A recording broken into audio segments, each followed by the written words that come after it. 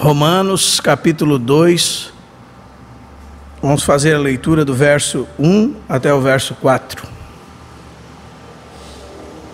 Portanto, és indesculpável, ó homem, quando julgas quem quer que sejas, porque no que julgas a outro, a ti mesmo te condenas, pois praticas as próprias coisas que condenas.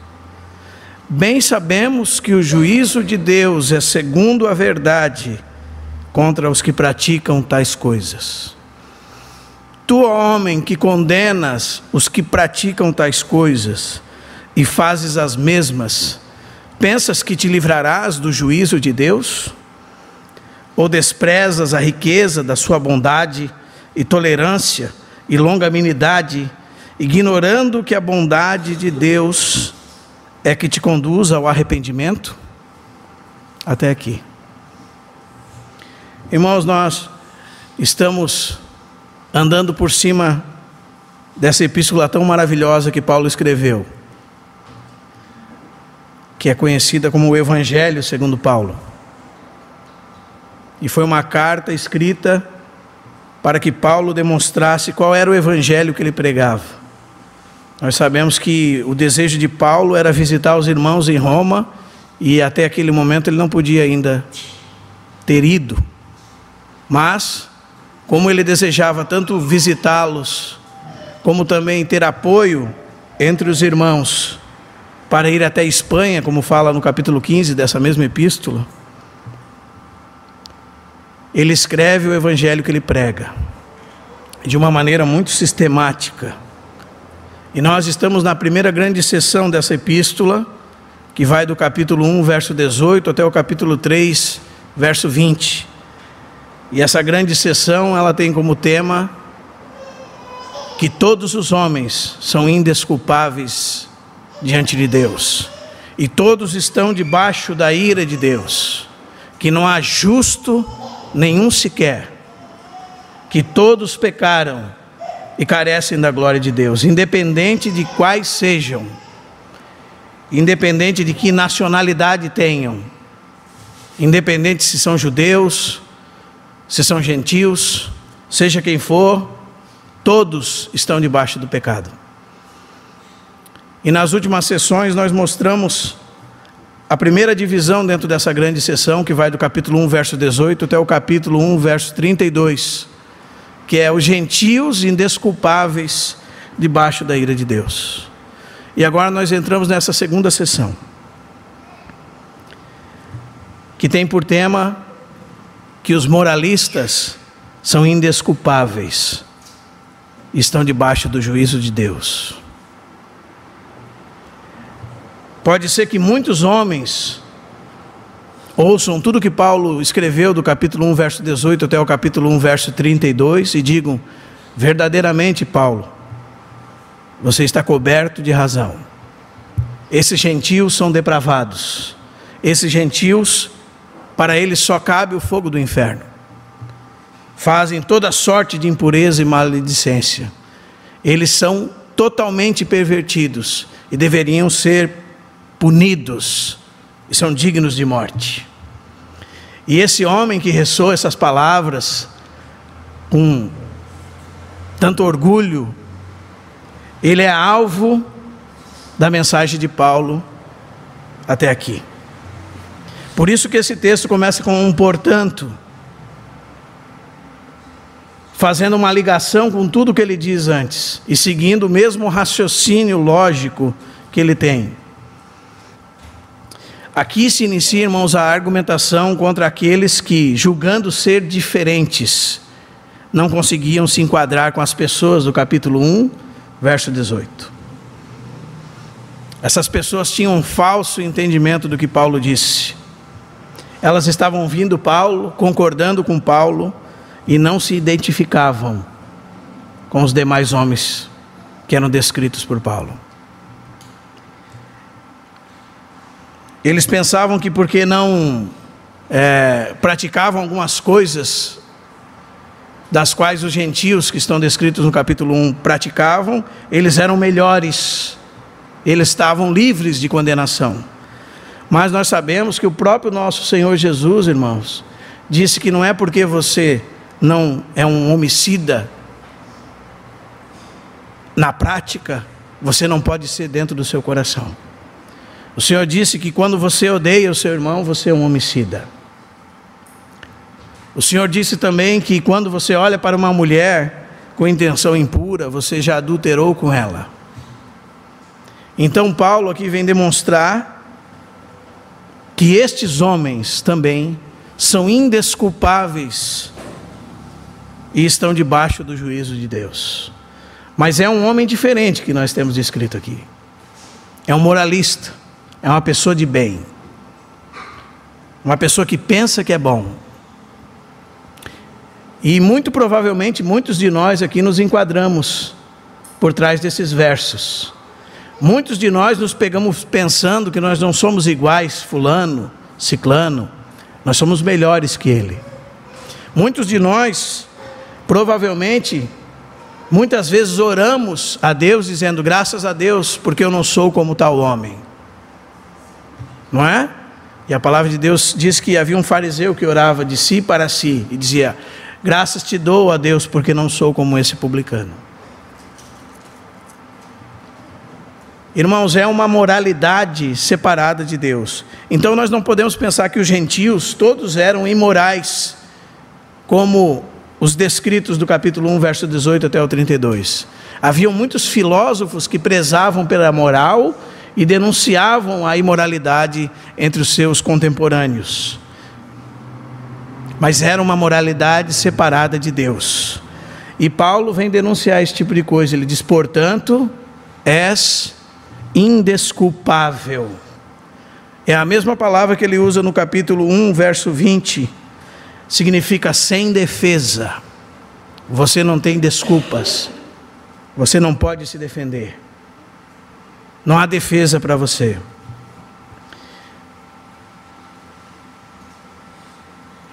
O homem que agora é objeto da argumentação de Paulo e é descrito a partir desses versos, é também um homem sem defesa. Ele tem uma moralidade separada de Deus. Ele diz, portanto, és indesculpável, ó homem. E daí você pode levantar a questão, quem é esse homem?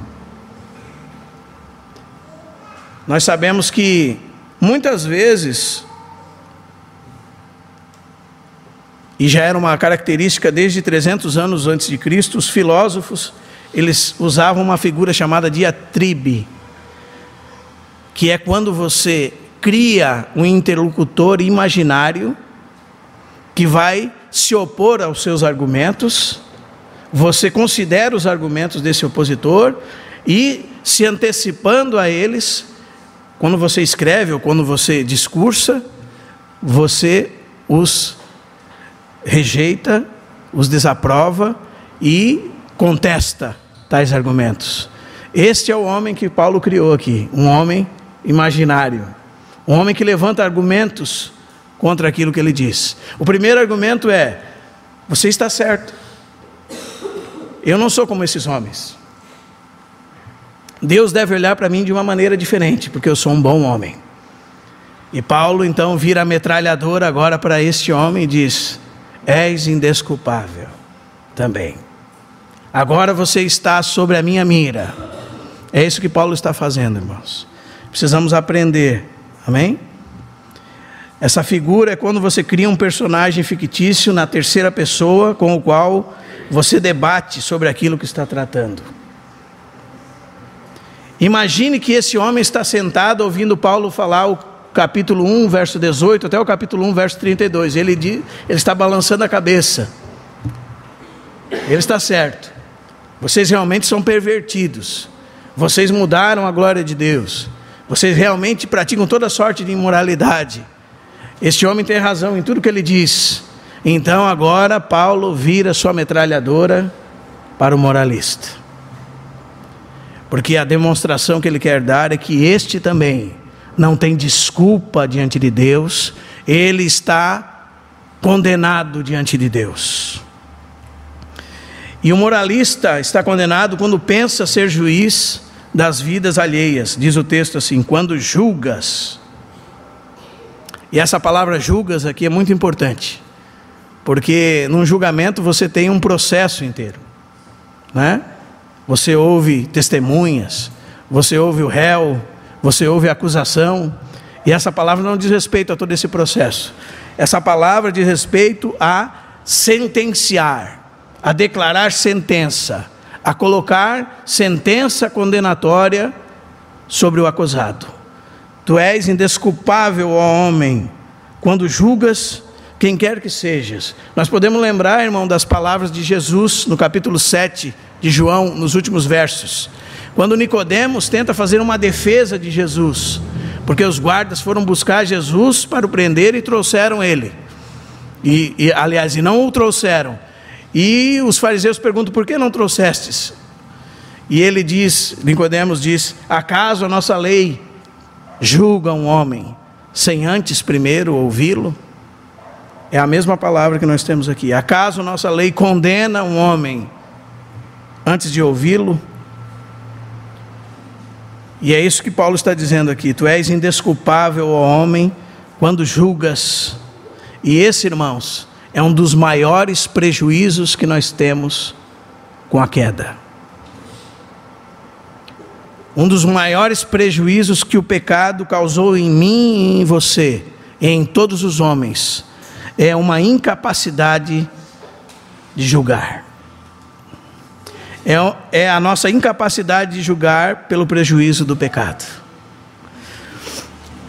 É a mais estupenda manifestação da nossa queda, irmãos. Nós somos um juiz parcial,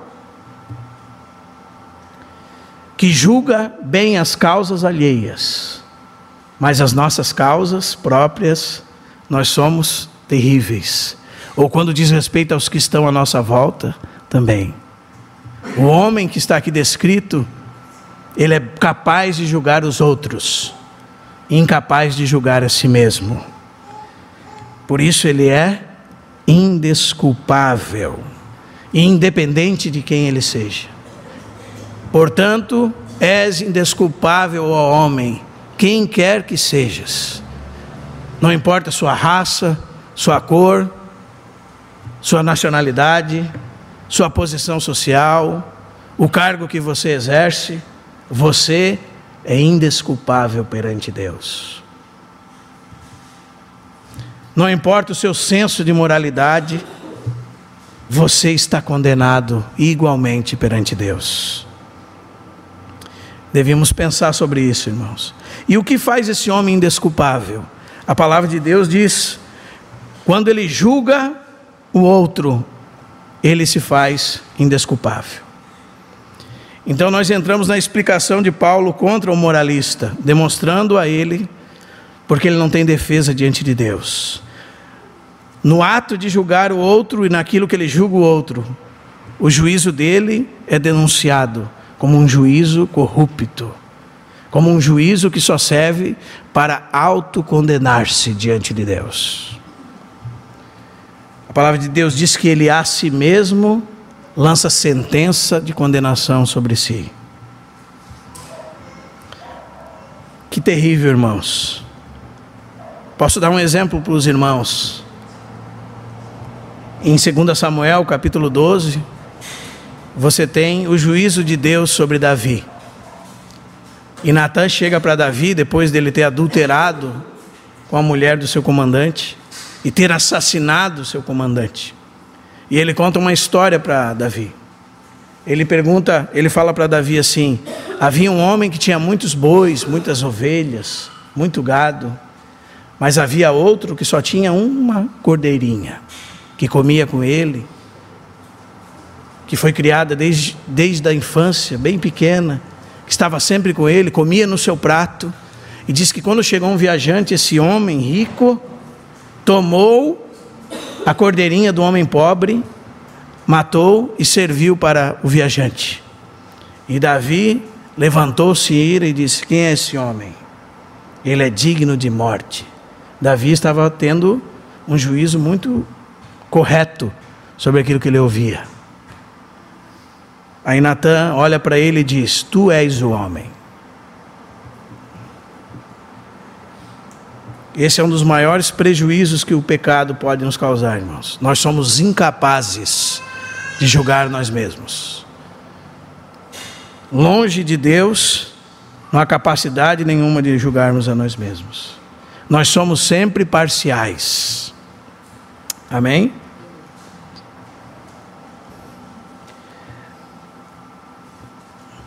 Ou seja, esse homem descrito aqui se faz réu, ele se faz culpado das mesmas coisas que ele condena. Portanto, eles estão condenando a si mesmos. Amém? Por quê? Porque ele pratica as próprias coisas que ele condena. Que terrível resultado para esse homem, né, que estava olhando para Paulo e dizendo: muito bem, Paulo, você está coberto de razão. Depois você leia novamente o capítulo 1, verso 18 até o 32. Que resultados terríveis haviam naqueles homens gentios. Mas Paulo denuncia que esses homens praticam as mesmas coisas que condenam. Então, eles podem fazer isso de duas formas, irmãos. Eles podem fazer isso às escuras, quando eles condenam os outros, mas eles mesmos, por exemplo, condenam os outros de prostituição e escondidos de suas esposas se prostituem. Quando eles condenam os outros de serem ladrões, e quando lhe dão alguma oportunidade, ele mesmo rouba. Ou, como nós dizemos, ele pode ter tudo isso no seu íntimo. E Paulo está querendo demonstrar exatamente isso. O pecado com o P maiúsculo. A corrupção do seu coração sem Deus. A corrupção do coração do homem sem Deus. Sabe quando você olha para uma prostituta e você agradece a Deus de não ser como ela? Você e eu não somos diferentes dela. Toda essa corrupção está dentro do nosso coração sem Deus. Nós não somos diferentes, nós não somos melhores.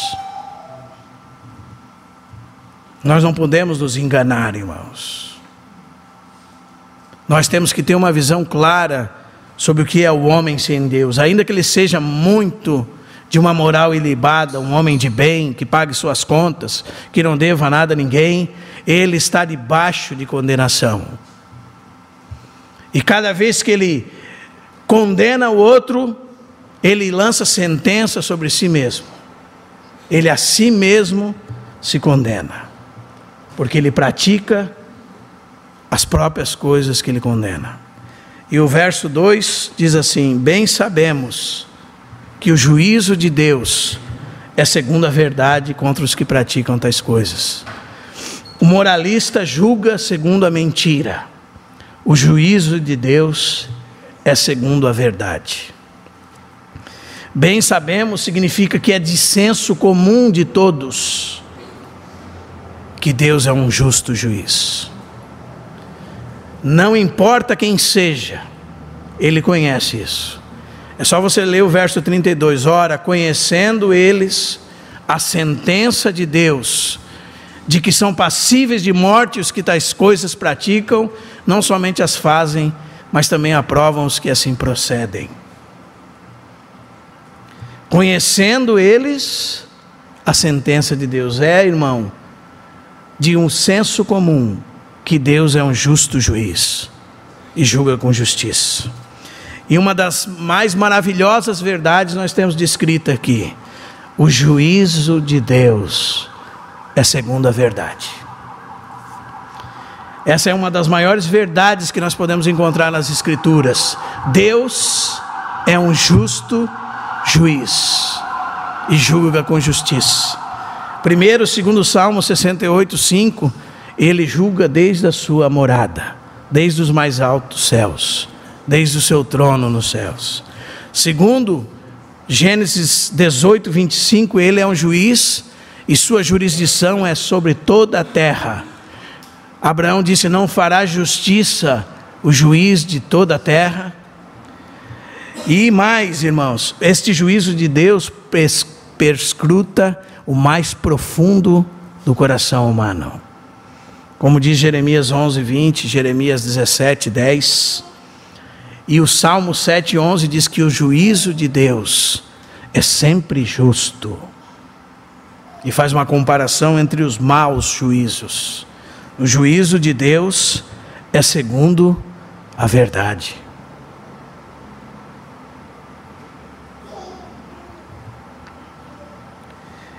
Paulo está respondendo à argumentação seguinte desse homem. Eu sou um homem bom. Veja o meu histórico. Paulo está dizendo, o juízo de Deus é segundo a realidade das coisas. É segundo o mais profundo e o mais íntimo do coração. É segundo as suas intenções. Não há nada que escapa ao juízo dele. O juízo de Deus é segundo a verdade. Primeira coisa sobre isso é que Deus julga conforme o seu ser e segundo o seu caráter. Deus julga conforme a sua natureza. O juízo de Deus é segundo quem Ele é. E Ele é a própria verdade, como diz Romanos 3:7. O Senhor Jesus Cristo é a própria verdade, como diz João 14:6. O Espírito Santo é o Espírito Santo da verdade, como diz João 14:17. A palavra é a palavra da verdade, como diz João capítulo 17, versículo 17. O juízo de Deus é segundo o seu caráter, segundo quem Ele é. E Deus é luz, nele não há treva nenhuma. Tudo está nu e patente diante dos seus olhos. Segunda coisa, irmãos, o juízo de Deus nunca é como o do homem. Aqui nós temos a verdade em oposição à mentira. Como está lá no capítulo 3, verso 7. Se por causa da minha mentira fica em relevo a verdade de Deus para a sua glória,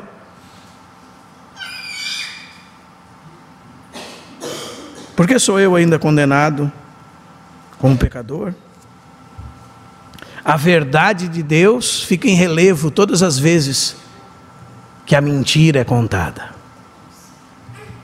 Se por causa da minha mentira fica em relevo, o que, irmãos? A verdade de Deus. Eu gostaria de dizer para os irmãos, Deus conhece a verdade quando os homens mentem propositalmente.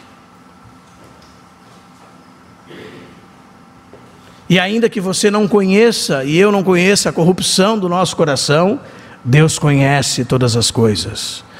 Ainda que eu e você, nós não temos ciência do nosso pecado, Deus conhece o nosso pecado. Ainda que o seu pecado esteja oculto a você, Deus conhece o seu pecado. Por isso que o salmista no Salmo 19 disse: quem pode discernir os seus próprios erros? Absolve-me daqueles que me são ocultos. Porque Deus é um juiz que julga diferente do homem. Ele julga segundo a realidade de todas as coisas. E uma terceira coisa, irmãos, é o que os homens estão fazendo com a verdade. Segundo o que nós lemos, os homens estão suprimindo a verdade. Capítulo 1, verso 18. Eles estão tentando afogar a verdade. Eles estão tentando empurrá-la para baixo, como alguém que pressiona uma mola e não permite que ela se expanda. A verdade está aí. E o que os homens têm feito da verdade? Suprimindo a verdade. O que os homens têm feito da verdade? Verso 25 do capítulo 1. Eles mudaram a verdade. O que os homens têm feito da verdade? Eles têm reprovado a verdade em suas mentes. Eles têm reprovado a Deus em suas mentes. Por isso, eles têm uma mente que não consegue discernir entre aquilo que é bom e aquilo que não é. E mais uma coisa, o juízo de Deus é extremamente penetrante. Ou seja, Deus conhece o mais profundo e o mais íntimo dos nossos corações. O juízo de Deus é segundo a verdade. Deus sonda mentes e corações, como diz o Salmo 7, verso 9. Ele prova os pensamentos, como diz Jeremias 17:10, como diz o Salmo 139, verso 24. Não há nada que esteja oculto em sua presença. Quando você vê a vida de Jesus, você vê a mesma coisa. A Bíblia diz em João 2,25 que ninguém precisava dar testemunho do homem, porque ele bem conhecia o que era a natureza humana. Depois, no capítulo 7, 24 de João, ele denuncia o mau juízo dos fariseus, que julgavam segundo a aparência e não segundo a reta justiça. Jesus, em todos os evangelhos, irmãos, condenava a mentira, a hipocrisia, a vida de falsidade, porque o juízo de Deus é penetrante. Ele sonda o mais íntimo e o mais profundo do coração. E como diz Hebreus 4:12, não há nada que esteja oculto da sua presença. Todas as coisas estão nuas e patentes perante aquele a quem havemos de dar contas. E em quinto lugar, o seu juízo é segundo a verdade. Se ele é segundo a verdade, necessariamente deve haver tratamento com respeito ao pecado. Se Deus é Deus de verdade, ele precisa lidar com o pecado segundo a verdade. Não há pecado que possa ficar sem retribuição. E isso, irmãos, revela a necessidade da obra substitutiva de Cristo. Quem não entende a expiação no Calvário, quem não entende a propiciação que Deus fez no Calvário, colocando o seu Filho como substituto por causa dos nossos pecados, não pode ser perdoado por Deus, porque Deus perdoou os nossos pecados, porque os nossos pecados foram postos na pessoa do seu Filho Jesus. E se ele julga segundo a verdade, a única maneira que ele poderia perdoar a cada um de nós era julgando o nosso pecado no substituto que ele propôs, que era o seu próprio Filho. Se o juízo de Deus é segundo a verdade, ele necessariamente tem que dar a justa paga por cada pecado. E se nós fomos perdoados, é porque o Senhor Jesus levou sobre si os nossos pecados. O juízo de Deus é segundo a verdade. E irmãos, se o juízo de Deus é segundo a verdade, o moralista não escapará do juízo. Ninguém escapará do dia do juízo.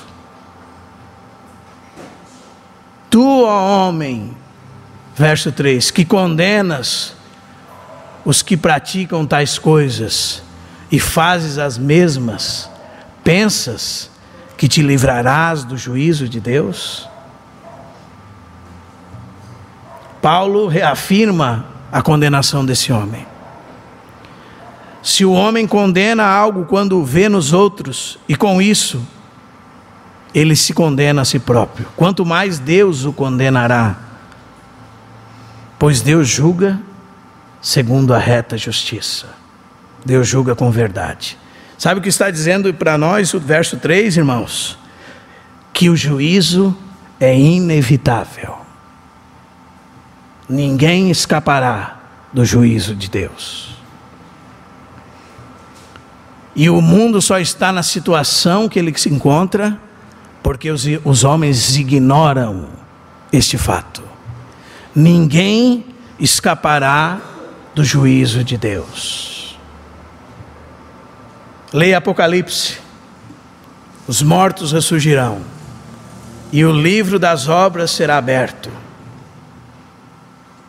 porque Deus retribuirá a cada um segundo o seu procedimento. Nós vamos ver isso para frente. E o livro da vida será aberto. E aquele que não for achado escrito no livro da vida, o que significa que você é achado escrito no livro da vida? Que Cristo Jesus morreu por você, que Ele levou todos os pecados que estão na outra lista, no outro livro, sobre a cruz do Calvário. Mas e aqueles que não receberam a Cristo, irmãos? Aqueles que não lançaram a sua confiança sobre Cristo, qual é o livro deles? Deus retribuirá a cada um segundo o seu procedimento. Ninguém escapará do dia do juízo. A única maneira de você ser absolvido nesse dia é o que está lá em 1 Tessalonicenses 9, 1 Tessalonicenses capítulo 1, verso 9 e 10. Como aqueles homens haviam se convertido dos ídolos a Deus, para guardar do céu o seu Filho. E a palavra de Deus diz assim, que nos livra da ira vindoura. Irmãos, aos homens, Hebreus 9, 27 diz, é dado morrer uma só vez. E depois da morte, o juízo. O juízo tem dia e hora marcada. E é inevitável. Você já pensou sobre isso? Devemos considerar muito sobre isso. E mais, o moralista despreza a bondade de Deus. Verso 4. Ou desprezas a riqueza da sua bondade e tolerância e longanimidade, ignorando que a bondade de Deus é que te conduz ao arrependimento? Este homem agora que Paulo está discutindo apresenta um novo argumento, que muitas vezes você e eu já ouvimos, e muitas vezes crentes dizem, quando você fala que Deus é um justo juiz, e que julgará com justiça. Qual é o argumento? E a bondade de Deus? Quantas vezes você usou desse artifício para se defender, irmão? Quantas vezes você viu os homens no mundo usar desse artifício para se defender? Quando você apresenta um texto que não importa o que ele faça, não importa quão moral ele seja, ele está condenado pela natureza que tem dentro dele, a natureza do pecado. E ele vai retrucar dizendo, o que você me diz da bondade de Deus? E nós precisamos prestar atenção nos resultados da queda, porque a cegueira é um resultado da queda.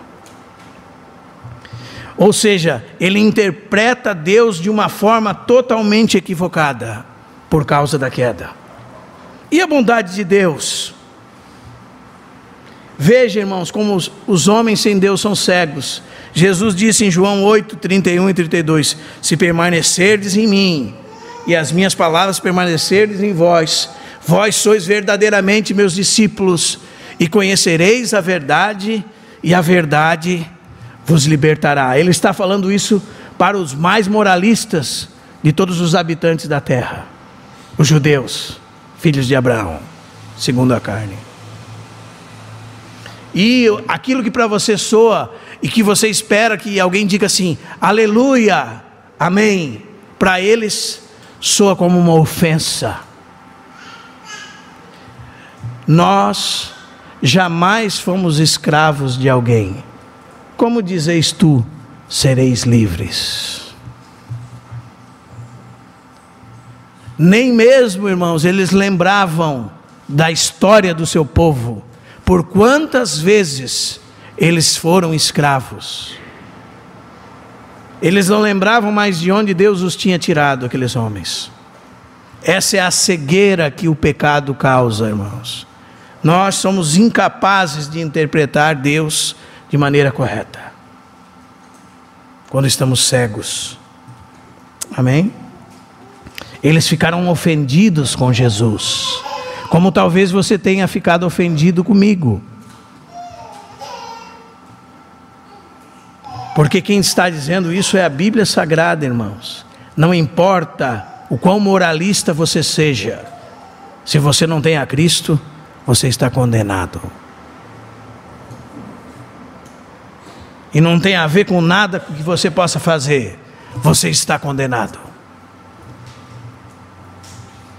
Outra coisa,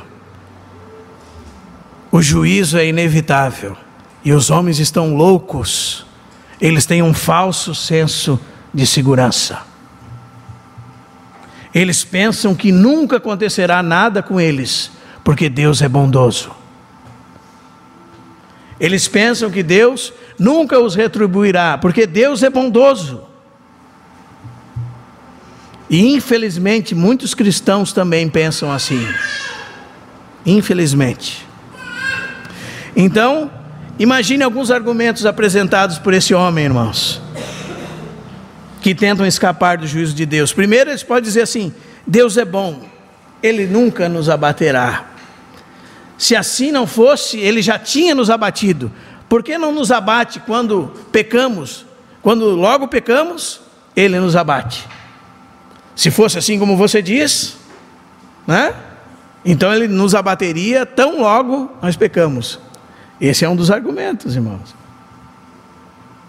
E aí? Outro argumento deles é: Deus não é como vocês dizem. Se fosse, por que Ele nos abençoa? Veja, nós temos saúde, paz, nós plantamos e colhemos, chuva cai sobre nós. Outra coisa, eles dizem assim também: a história do mundo é a prova, e esse é o argumento de 2 Pedro capítulo 3, que Deus nunca irá julgar o mundo. O que diz lá em 2 Pedro capítulo 3? Os irmãos lembram, irmãos? O que faziam os escarnecedores?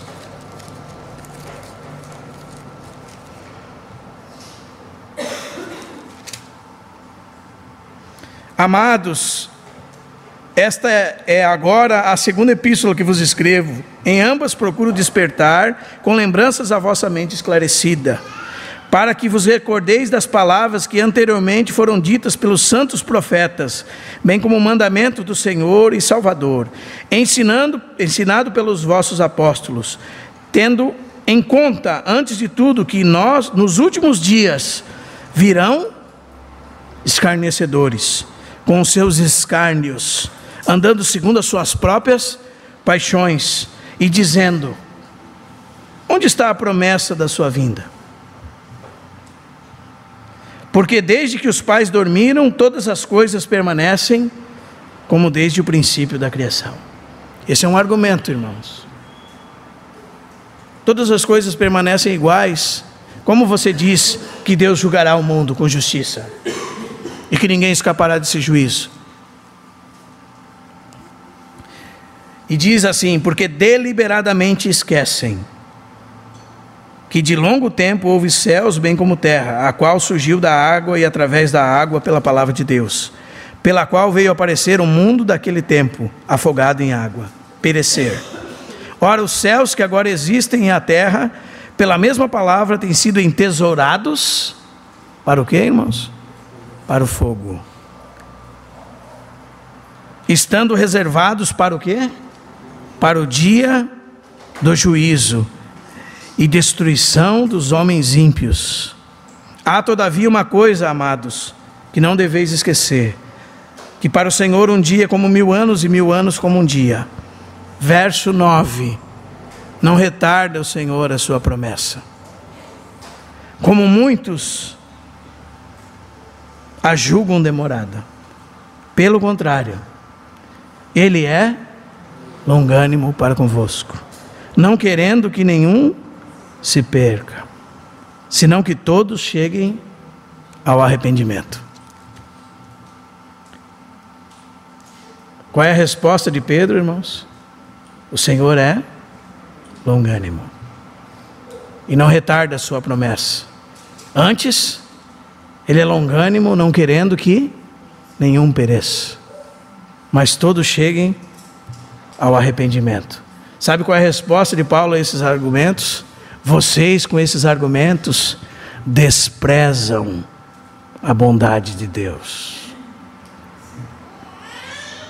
Ou seja, o homem fala da bondade de Deus e vive uma vida de pecado. Ele fala da bondade de Deus, do amor e da misericórdia de Deus, e continua pecando. Ele despreza a bondade de Deus. E a ideia dessa palavra é como quando você está numa fila para cumprimentar alguém que você tem muita consideração, e aquela pessoa está na frente da fila cumprimentando um após o outro, E quando você chega para cumprimentar, você percebe que os olhos dela não estão em você. Ela não está nem aí para você. Ela já está olhando para o próximo. Ela deu a mão para você como se você não existisse. Ela despreza a sua existência. Esta é a palavra. Ou quando você faz um belo quadro e você vai mostrar para um artista e ele olha para o seu quadro como se não fosse nada. Esta é a palavra aqui.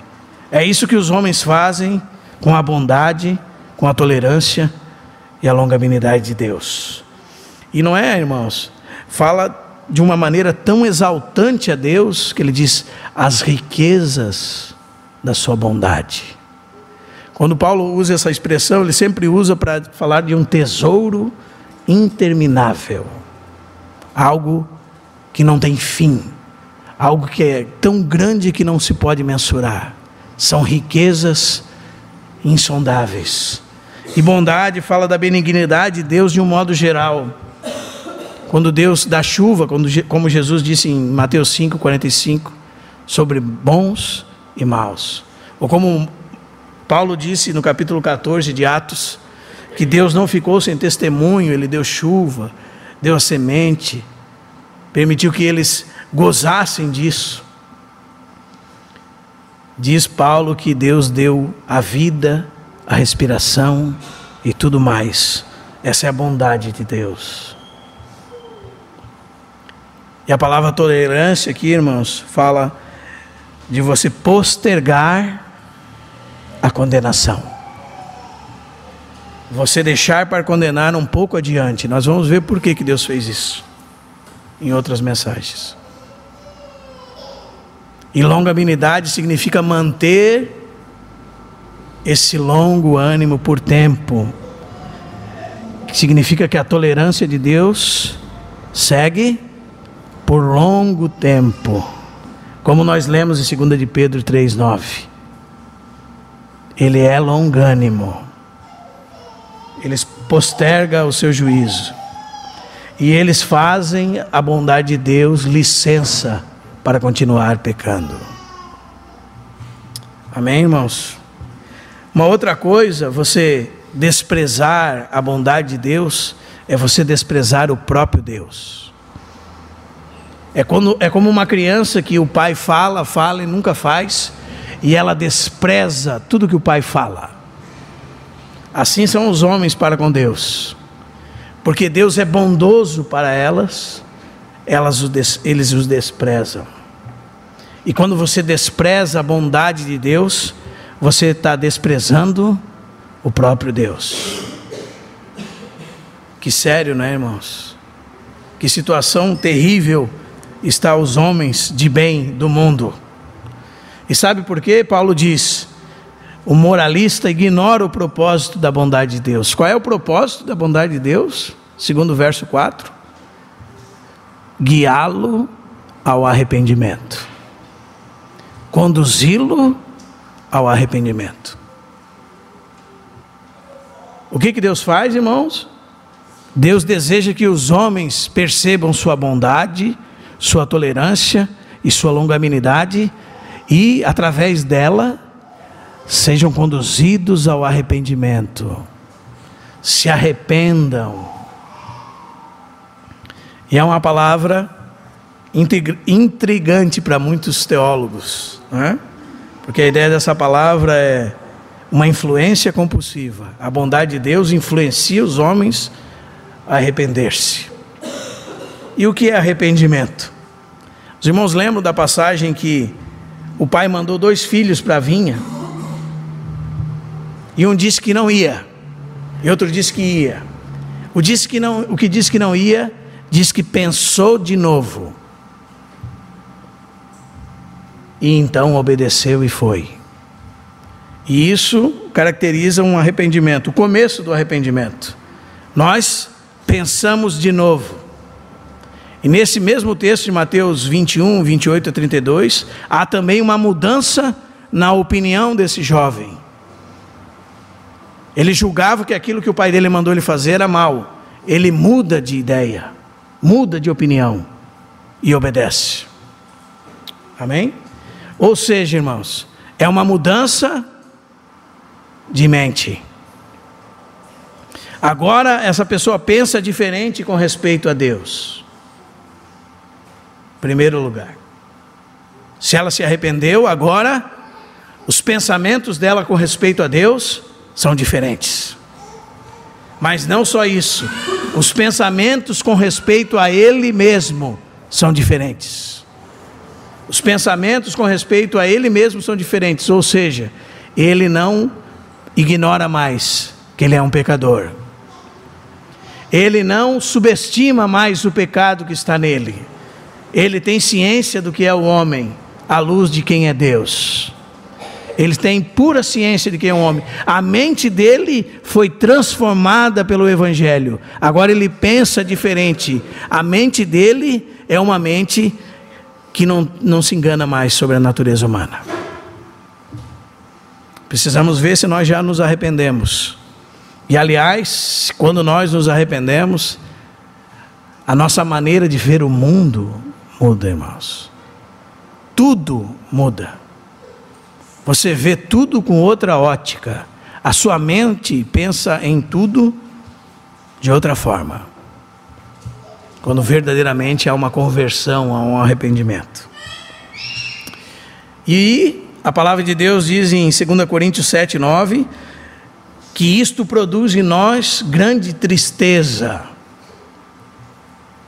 A tristeza, segundo Deus, gera arrependimento para a salvação.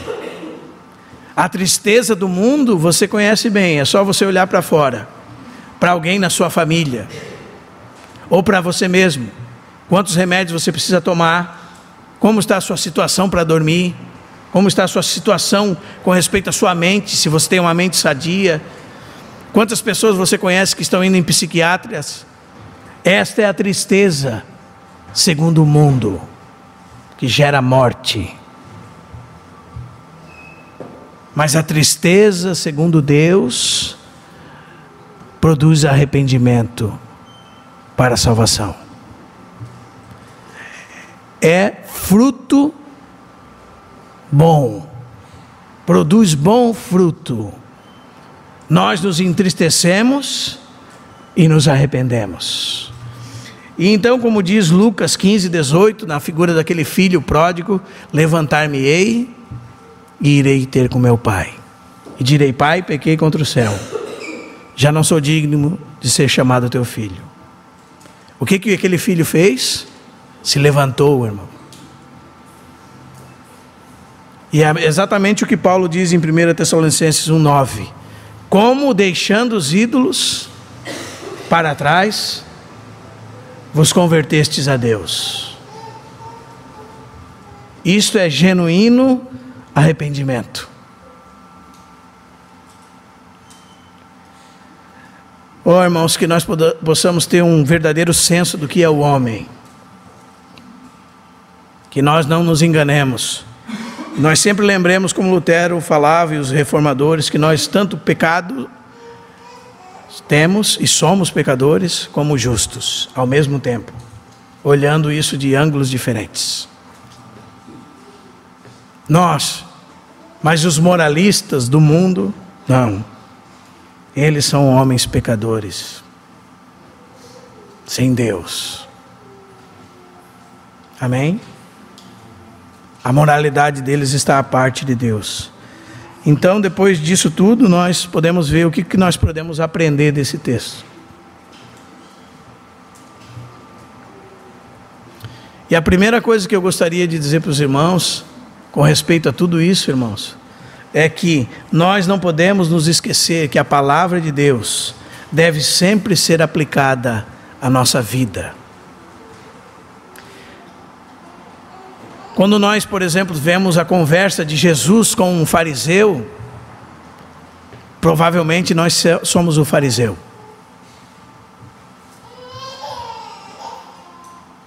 Quando nós vemos a conversa de Jesus com uma prostituta, nós não somos diferentes dela. Nós devemos aplicar a realidade do que é a natureza humana. nós não podemos esquecer que a palavra de Deus deve ser aplicada a nós. Não podemos fazer como este homem aqui. Amém? Porque muitas das vezes nós fazemos como ele. Nós concordamos com tudo que se fala, porque tudo que se fala diz respeito ao outro e não a nós mesmos. E nós somos bons juízes dos outros, e nós conseguimos muito bem adequar aos outros aquilo que está sendo dito, mas quase nunca a nós mesmos. Isso é um equívoco grave, irmãos. Quando o espelho da palavra de Deus estiver revelando a nossa natureza, e a luz da palavra de Deus estiver brilhando e revelando a nossa natureza, nós não podemos virar para o nosso irmão. Primeiro é para nós, amém, irmãos? É isso que nós podemos aprender com o primeiro verso que nós lemos. Ainda segundo o primeiro verso que nós lemos, à medida que a palavra de Deus brilha sobre nós, à medida que a vida de Cristo cresce em nós, nós podemos ter uma visão clara sobre a nossa condição pecaminosa. Que Deus nos ajude. Ainda sobre o verso 1, nós também podemos, irmãos, entender que não há moralidade separada de Deus. A moralidade separada de Deus esconde a maldade. E a única coisa que ela vai fazer conosco é transformar cada um de nós em atores, em hipócritas, em mentirosos. E vai fazer nos esquecer da questão principal. Nós temos que lidar com o pecado seriamente. Não fingir que ele não existe. Não botar uma casca, não botar uma máscara. Não fingir que somos melhores, que somos bons. Amém, irmãos? Precisamos entender que não há moralidade separada da verdade. É só o enrustir da malignidade dentro do coração. Está se botando uma capa em torno do coração, fingindo ser o que não é. Não há moralidade separada de Deus. É uma lição importante. Ainda no verso 1, és indesculpável, ó homem, quando julgas quem quer que sejas, porque no que julgas a outro, a ti mesmo te condenas, pois praticas as próprias coisas que condenas. Não seja um professor de moralidade, irmão. Não seja juiz dos outros. Não lance sentença sobre os outros. Cuidado com as nossas sentenças. Amém? Cuidado, que tenhamos cuidado com as nossas sentenças. Nós fazemos isso, e quando diz respeito a nós mesmos, o que nós fazemos? Nós nos blindamos, nós fingimos. Quando diz respeito aos nossos filhos, nós fingimos, nós nos blindamos, nós ignoramos.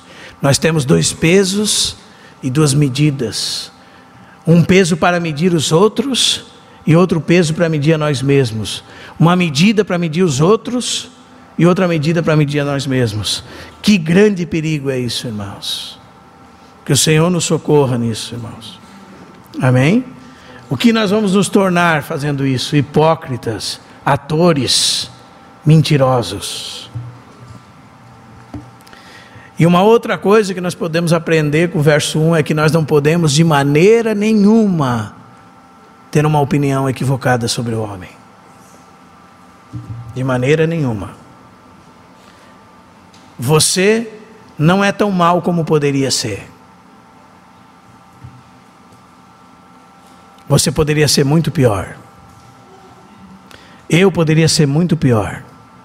Nós poderíamos ser muito piores. Quando você passar por alguém na rua, que você vê numa condição que você pensa que você é melhor que essa pessoa, você poderia ser pior que ela. Eu poderia ser pior que ela. E se Deus tirar a mão de nós, nós chegamos a uma posição muito maior, muito mais degradante do que ela. Nós não somos diferentes de ninguém. Amém, irmãos? Nós não somos diferentes de ninguém, irmãos. Isso é tão sério, irmãos. no nosso dia, dando uma caminhada pela rua, muitas vezes nosso coração enche de orgulho pelo que somos, às vezes pelo que não somos. Nós não somos diferentes de ninguém. Se nós pensamos que somos melhores que os outros, nós caímos neste erro aqui, da falsa moralidade. Nós ignoramos a realidade de quem nós somos. E o verso 2 nos ensina também muitas coisas, irmãos. Primeiro que o verso 2 nos ensina, o verso 2 diz: bem sabemos que o juízo de Deus é segundo a verdade contra os que praticam tais coisas. O verso 2 nos ensina que haverá juízo de Deus. Isso nos traz segurança. Nenhuma injustiça ficará impune. Toda injustiça receberá justa sentença. Podemos ter certeza que Deus está olhando todas as coisas. Amém? Que Deus está listando todas as coisas. E Ele dará a cada um segundo o seu procedimento. Também, segundo o verso 2, irmãos, ai de nós, que jamais nos tornemos pessoas sem lei. Deus julga segundo a verdade. Que jamais tornemos-nos antinomistas, pessoas sem lei. Porque o Senhor Deus julga segundo o seu caráter puro. Que sejamos obedientes a Deus. Que tão logo saibamos a vontade de Deus, nos esforcemos em Cristo Jesus para cumprir a vontade de Deus. Não ignoremos que Deus tem uma casa, e essa casa tem a sua economia, tem a sua norma. Amém? E nós devemos andar com dignidade, como convém na casa de Deus. Como disse Paulo a Timóteo, para que se eu tardar, saibas como andar na casa de Deus, como proceder na casa de Deus. Nós somos homens e mulheres que seguimos a palavra de Deus como regra de fé e prática. Amém? Se o juízo de Deus é segundo a verdade, irmãos, nós precisamos aprender que quando desobedecemos a Deus, deixamos de ser abençoados por Ele. Sabia? Sabia que muitas vezes o Senhor recolhe a sua mão porque nós somos desobedientes? E que todas as promessas de Deus, elas têm, sim, pré-requisitos para se cumprir nas nossas vidas? Muitas vezes nós deixamos de ser abençoados pela nossa falta de obediência. Ah, irmão, tudo é graça, o Senhor me abençoa pela graça. A graça traz de volta a sua e a minha capacidade de responder a Deus com responsabilidade. E agora nós devemos ser obedientes a Deus. E quando somos desobedientes a Deus, nós deixamos de ser abençoados por Ele. O juízo de Deus é a segunda verdade, irmãos. Amém? Também o juízo de Deus é penetrante, extremamente penetrante. Isso significa que não há nada que você possa esconder dele. Você pode esconder do seu pai, da sua mãe, do seu marido. Você pode esconder da sua esposa. Você pode esconder o celular da sua esposa. Você pode esconder aquilo que você estava vendo. Você pode esconder aquilo que você estava fazendo, sobre aquilo que você estava falando, de qualquer outra pessoa. Menos do juiz, que tem um juízo que perscruta a mente e coração, e que está em todos os lugares, ininterruptamente, e que todas as coisas que nós fazemos diante da cara de Deus. Sabe o que significa isso, irmãos? Sabe quando você usa essa expressão? Eu não acredito que você fez isso na minha cara. aquela mãe, né, enérgica. Eu não acredito que você mentiu descaradamente na minha cara. Eu não acredito que você fez isso diante da minha presença, de você fez tal coisa diante da minha presença. Deus está em todos os lugares. Tudo que fazemos, nós fazemos na cara dele, com todo o respeito e reverência. Diante da face de Deus, diante do justo juiz que julga segundo a verdade. Isso é uma lição que nós devemos aprender, irmãos. Amém? E a lição que nós podemos tirar do verso 3, irmãos, é que se o juízo de Deus acontecerá e ninguém escapará dele, e que é inevitável, qual é a urgência que nós temos em evangelizar? Como é que nós temos lidado com as almas que vão para o inferno? Que urgência nós temos tido com isso, com esse tema? De falar de Deus. De falar de Deus no nosso trabalho, para as pessoas que estão ao nosso redor, diante de nós todos os dias. Será que ao invés de nós falarmos de Deus, nós fazemos com que o nome de Deus seja blasfemado? Como Paulo vai dizer adiante? Ou será que nós somos cooperadores de Deus para que o evangelho de Deus se propague? Porque o juízo é inevitável. O juízo é inescapável. Ninguém vai escapar dele. Ninguém que você passar pela rua vai escapar dele. Ninguém. Ninguém está livre de Deus nesse sentido. Todos darão conta diante de Deus. Então, quando nós olhamos para alguém, irmãos, que senso de urgência nós temos. Nós passamos às vezes 5, 10 anos com um amigo de trabalho que vai para o inferno. Que terrível, irmãos. Nós precisamos perceber a urgência que o evangelho traz. Amém? E concluindo, o que nós podemos aprender com o verso 4? Desprezas a riqueza da sua bondade, tolerância, longanimidade, ignorando que a bondade de Deus é que te conduz ao arrependimento. A primeira coisa que nós podemos aprender é: será que nós estamos nos empenhando em saber sobre a bondade de Deus, irmãos? Sobre a tolerância de Deus? Sobre a longanimidade de Deus? Será que são temas que estão na nossa mente? Será que nós percebemos que quando nós ignoramos isso, nós estamos desprezando a Deus? Será que nós não percebemos que quando nós estamos ignorando o conhecimento de Deus, nós estamos ignorando o próprio Deus? Uma segunda coisa é que muitos irmãos têm uma falsa segurança. Aquele caso que eu falei, da pergunta, e a bondade de Deus?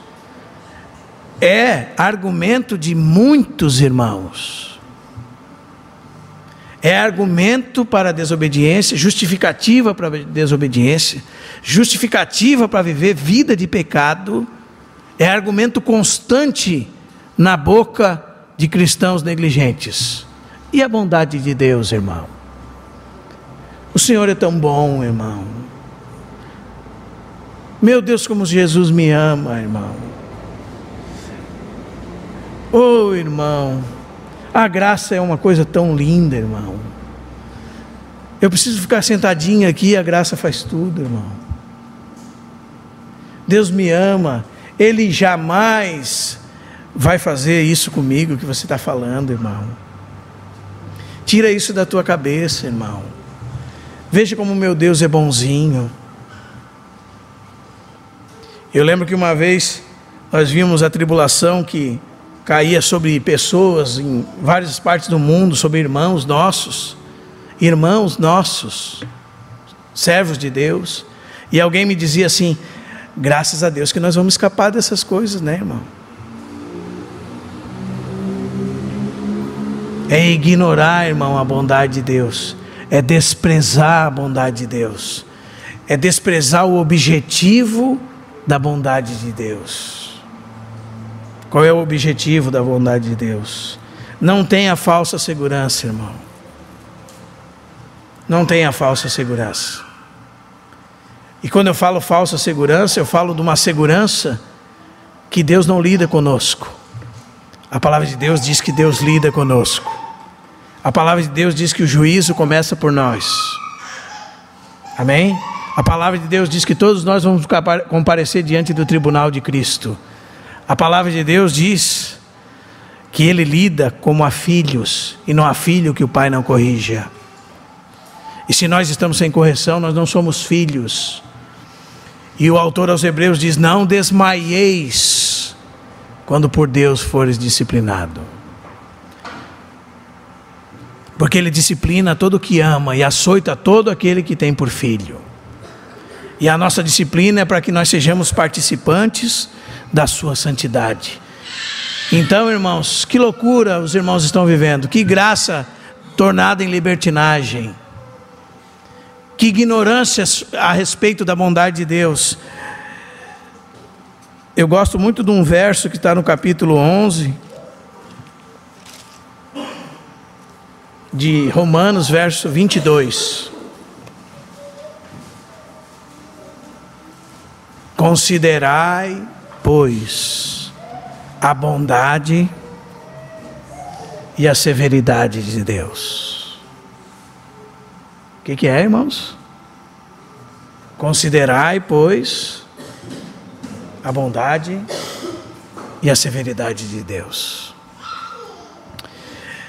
E em último lugar, nós aprendemos que a nossa vida cristã é uma vida que deve ser de arrependimento genuíno, de arrependimento contínuo. Se nós queremos crescer na vida cristã, o resultado vai ser que a primeira coisa que vai acontecer, sempre estaremos nos arrependendo. Se por algum momento nas nossas vidas, irmãos, nós vermos que ao dobrar os nossos joelhos, nós não nos arrependemos, há uma grande possibilidade de nós estarmos numa condição deplorável diante de Deus. Uma condição terrível diante de Deus. Como Paulo diz a Timóteo, uma condição de uma consciência que alertava e foi queimada, cauterizada.